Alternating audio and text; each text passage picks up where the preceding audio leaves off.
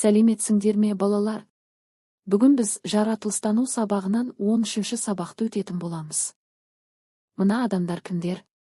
Сол жақтағы сүңгуір су астында жұмыс істейтін адам. Оң жақтағы ғарышкер. Олар қайда жұмыс істейді? Сүңгуір теңіздің, мұхиттың тереңінде су астында жұмыс істейді. Ғарышкер ғарышта, ғарыш кемесінде және ашық ғарыш кеңістігінде жұмыс істейді.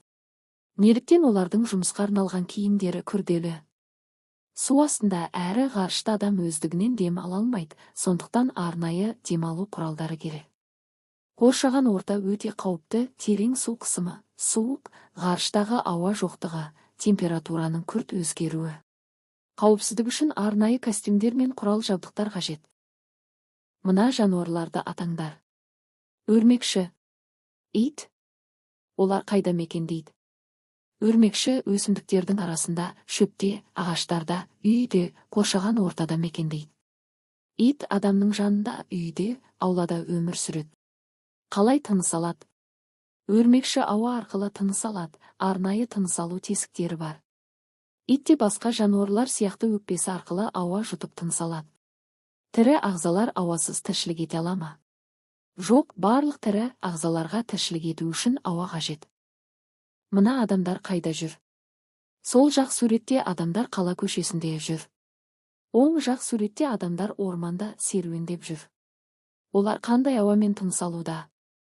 Қала көшесіндегі адамдар қалалық ауамен, яғни ластанған ауа болуы мүмкін. Ормандағы адамдар таза, табиғи ауамен тыныс алуда. Адам тыныс алатын ауа қандай болуы тиіс? Ауа таза, оттегі мол болуы тиіс. Ластанбаған, шаң тозаңсыз, зиянды газдары аз болуы қажет. Жерді не қоршайтынын анықта? Жерді атмосфера қоршайды. Атмосфера жерді айнала қоршап тұрған ауа қабаты. Біздің ғаламшарымыз үшін ауаның маңызы қандай?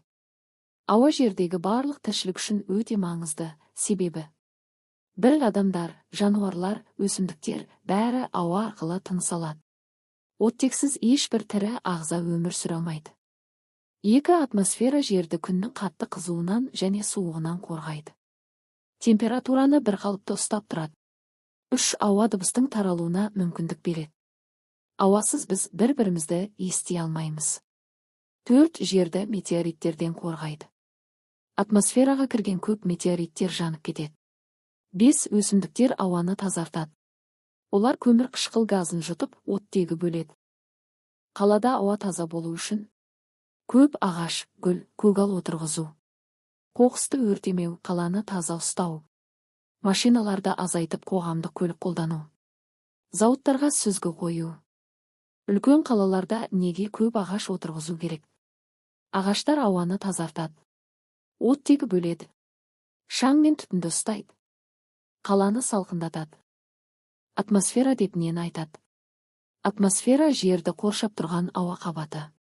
Екі тірі ағзалар үшін атмосфераның маңызы қандай? Тыныс алу үшін оттегі береді.